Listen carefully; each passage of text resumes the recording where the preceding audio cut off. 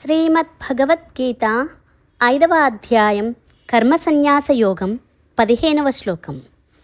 నాదత్తే కస్యచిత్ పాపం నచైవ సుకృతం విభుః అజ్ఞానేనావృతం జ్ఞానం తేన మోహ్యంతి జంతవః. ఈ శ్లోకం యొక్క తాత్పర్యం శ్రీకృష్ణుడు పలికెను.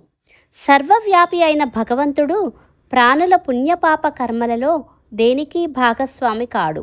అజ్ఞానముచే జ్ఞానము కప్పబడి ఉండుట వల్ల ప్రాణులు మోహితులగుచుందురు. ఈ శ్లోకం యొక్క వివరణ.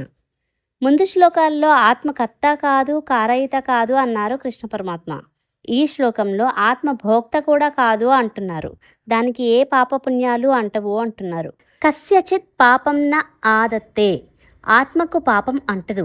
పాపం అంటదు సరే, పుణ్యం మాట ఏమిటి అంటే నచ ఏవం సుకృతం. ఆత్మకు పుణ్యం కూడా అంటదు. విభుహు. విభుహు అంటే ఆత్మ, సర్వవ్యాపకమైన ఆత్మ.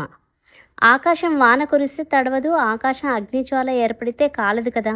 అలాగే ఆకాశంలాగా సర్వవ్యాపకమైన ఆత్మ పాపం వల్ల అశుద్ధం అవదు, పుణ్యం వల్ల శుద్ధి పొందదు అంటున్నారు. శరీరంలో కర్మ ఉంది, కర్మ ఫలం ఉంది, కర్మసూత్రాలు ఉన్నాయి. శరీర స్థాయిలో నేను ధార్మికంగా ప్రవర్తించాలి, ఆత్మస్థాయిలో నేను పుణ్యపాప అతీత స్వరూపాన్ని అని అర్థం చేసుకోవాలి అంటున్నారు. ఆత్మ అనాత్మలను కలిపేయకూడదు అంటున్నారు. ఇక్కడ కృష్ణ పరమాత్మ ఆత్మస్థాయిలో మాట్లాడుతున్నారు. నేను అకర్తను, అభోక్తను. నేను అకర్త అభోక్త అయితే మరి ఎందుకు అవస్థ పడుతున్నాను అంటే దేహ అభిమానం వల్ల అంటున్నారు. అంటే అహంకారంతో మమేకం చెందటం వలన, దేహ అభిమానం వల్ల కర్త భోక్త అనుకుంటున్నాను. దేహ అభిమానం ఎందుకు వస్తుంది అంటే అజ్ఞానం వల్ల అంటున్నారు. అజ్ఞానేన ఆవృతం జ్ఞానం. మన ఉన్నతమైన స్వరూపం గురించిన జ్ఞానం లేక మనం అవస్థలు పడుతున్నాం అంటున్నారు. అంటే ఈ అజ్ఞానం వల్ల ఎలా ఉన్నాం మరి అంటే జంతవః ముహ్యంతి.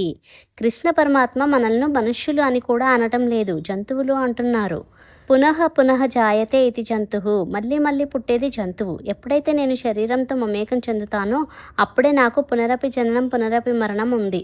కానీ తను శరీరం కాదని అర్థం చేసుకుంటాడు. అందుకే నేను జంతువుని కాను, నాకు చావు పుట్టుకలు లేవు, నేను అజహ అంటున్నారు. అంటే నేను జన్మరహిత బ్రహ్మను. ఇది చాలా ముఖ్యమైన శ్లోకం. ఈ శ్లోకంలో కృష్ణ పరమాత్మ సంసారం అనే రోగానికి కారణ నిర్ధారణ చేస్తున్నారు.